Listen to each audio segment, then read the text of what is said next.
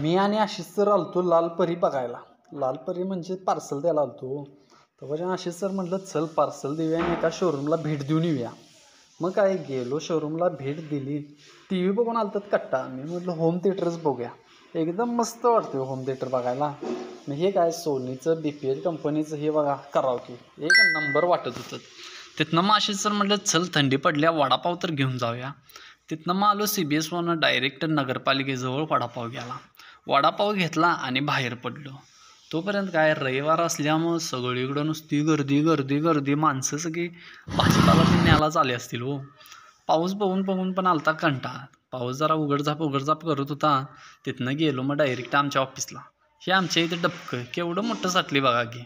पाऊस पडल्यामुळं साठले हो. तिथनं मग मॅडम पुढं जाऊन डायरेक्ट वडापाव ठेवला. मॅडम वडा बघून झाली खुश. तिथनं मग डायरेक्ट काय मॅडम म्हणली वडा खाण्यापेक्षा चला जेवायच बसत्या. आजच्या पुरतं काय एवढंच वडा